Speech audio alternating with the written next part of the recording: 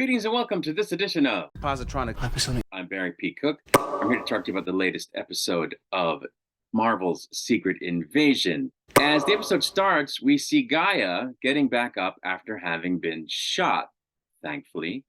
And she's able to do this because, as we see in a flashback, she's now a super Skrull. She super Skrulled herself before leaving the compound after giving Talos the information he needed to avert the submarine attack on the plane. Next, in another flashback, Fury meets his future wife in a bar in Paris, and she shows him some poetry, which they read through after hinting that she knows that he's involved with the Avengers, who at this point in time have just dealt with the situation in New York. Back in the present, we find her in a church where she's joined by Colonel Rhodes, and when she tells him that Fury was fired, he pretends not to know about it for a moment, but then tells her all about it. And then, after she brings up Gravik, he seems to indicate that he's working with Gravik and therefore might be a Skrull, and tells her to kill Fury, which she doesn't think is necessary because he's going to die soon anyway from exhaustion, she says. But Rhodes insists. So apparently she's been on Team Gravik the whole time as well, which, what the hell is going on? We see, though, that Fury was listening to the whole conversation from a distance. Talos and Gaia meet up and have a talk on a bench in a park, during which he apologizes for forcing her into the role of double agent, but she says she did it of her own free will and that all she wants from him is a plan to find their people a home. The plan he tells her about would involve putting down the insurgency and then going to the President of the United States with that bargaining chip to incentivize him to find a way to provide them a home. She doesn't think the plan will work, so he tells her that it will if they can keep contributing and keep doing right and keep showing the humans who they are and show them their hearts. But she thinks he's delusional, that they'll never accept the Skrulls living as their true selves, and walks off. Back at the Fury household, Fury makes conversation with his wife over refreshments, during which he tells her that he knows she's supposed to kill him and says that even if it comes to that, he wouldn't change anything about the choices he's made in his life if he had the chance to.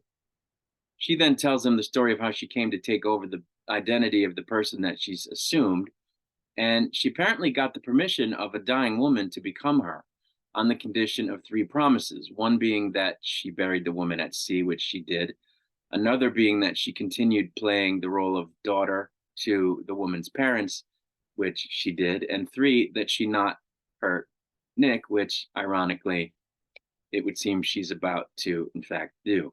In a really cool scene, the two of them then reenact the reading of poetry to each other that they read in the cafe in Paris, before both shooting their guns and seemingly deliberately missing each other, hitting the walls on either side of the room. His wife then indicates that she's going to have to live on the run now that she disobeyed orders, and she asks Fury if he would have loved her even as her Skrull self, and he says that he guesses they'll never know before heading out. Next, we see that Rhodes is indeed a Skrull as he's showering in his hotel room, after which Fury shows up and surprises him for a drink with a very expensive bottle of hooch, explaining that he just wants to smooth things over from how they left things when Rhodes fired him. But when Rhodes asks him why he's really there, he brings up the fact that there are Skrulls in the US government and very close to the president, and he does it in a way where, he's very clearly telling him that he knows who Rhodes really is. And he tells Rhodes that he won't say anything about what he knows if Rhodes gives him his job back. But instead, Rhodes shows him a video of what happened in Moscow, which includes Gravik impersonating Fury and shooting Colby Smolder's character for indicating that he will, in fact, not rehire him. So Fury leaves, but apparently he put a tracker on Rhodes, who goes to meet the President of the United States as he exits Air Force One there in England, where he's arrived to meet with a Russian delegation, and the president smells alcohol on Rhodey's breath. Rhodes then calls in a fake Russian strike on the president, which is carried out by air. And I'm dubious because when the president travels in the US, and I'm assuming overseas, the airspace around the president is cleared for a certain distance.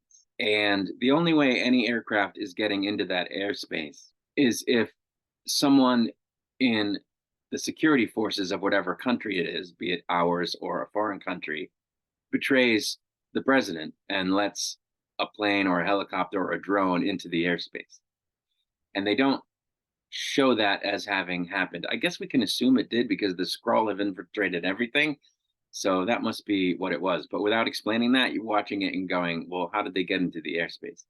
The other thing too is that if they're that deep into everything, you'd think they wouldn't need to, pull off a grandiose helicopter attack, that they would just kill the president like in his bed. Like why this grandiose with helicopters and soldiers and the whole thing?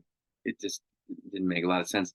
On top of that, Fury is able to, Fury's following Rhodes with the tracker, and he isn't ever stopped by any kind of perimeter security. And he's able to get on roads adjacent to the roads that the president is traveling on. And he then goes off roads to head towards the explosions that he sees in the distance. But he's able to get right up to the, the scene of the president's motorcade. And then again, that wouldn't happen. So it was a little bit bullshit. Other than that, the sequence was really cool with the fighting between the president's people and Gravik's people and the British forces that show up to help. So I enjoyed it, but it was a lot of bullshit. I mean, the president's motorcade would have been flanked by military vehicles, probably on foreign soil. They aren't in the US that I know of, but I would think on foreign soil, the military would want to protect the visiting president. I don't know about that, but it just seemed odd that the motorcade was traveling through this like open territory from wherever this airstrip was. And there was no perimeter security. There was no military vehicles following the president. I mean, at one point you see that one of the president's vehicles does have like a rocket launcher in it, but like, I don't know. It just seemed like things would not have gone down that way. Like they didn't do the work to show how the security was bypassed. They just wrote the scene without the security. And that just, I don't know. I mean, it's a show about aliens who can transform into other people, right? So I can't really complain about realism, but the security of the president of the United States, and for that matter, the security of other world leaders, is a big, big deal. And attacks like this are very difficult to pull off. And they made it seem like, he was a sitting duck, which would not have been the case unless people infiltrated the security forces, which they didn't show. But I guess we can kind of assume that. Anyway, not seeing something like that depicted, it struck me as a little bit bullshit that this attack was able to be carried out. And then that Nick and Talos were able to just go there. Like, come on now. It's not how that works. Anyway, as I was saying, Nick Fury sees what's happening and heads to the attack site to try to stop the president from being further attacked by Gravik, who is now on the ground trying to ensure that the president is in fact dead after he blew up the limo. During the intense fighting, not only does Gravik reveal that he's an alien by grabbing a guy from far away with an extended arm, but Talos takes a shot to the shoulder and involuntarily half transforms back into his real self as he's trying to get the president out of his limo by breaking the reinforced glass by continually striking it with his fist, after which he fully transforms back into his original self. This part was cool because, of course, the window glass on the president's limousine is super reinforced. And the only way they were going to get through it is if someone with superhuman strength broke it. And so they depicted that accurately, and they showed Talos having to strike it over and over and over again to break it, even though he's a super strong alien. And they even show Gravik order someone to shoot him, which is how he gets shot, because he's the only way they can get through the window, and he doesn't want them getting through the window. He doesn't want them rescuing the president. So that part they depicted accurately, which I was happy about. Anyway, as Fury tries to get the now extricated president to safety, Gravik disguises himself as a British soldier who wants to help Talos, but Fury realizes that he's not a British soldier and confronts him, at which point Gravik stabs and seemingly kills Talos, despite Fury hitting him with several bullets that don't have any permanent effect and only briefly cause part of his face to be blown off.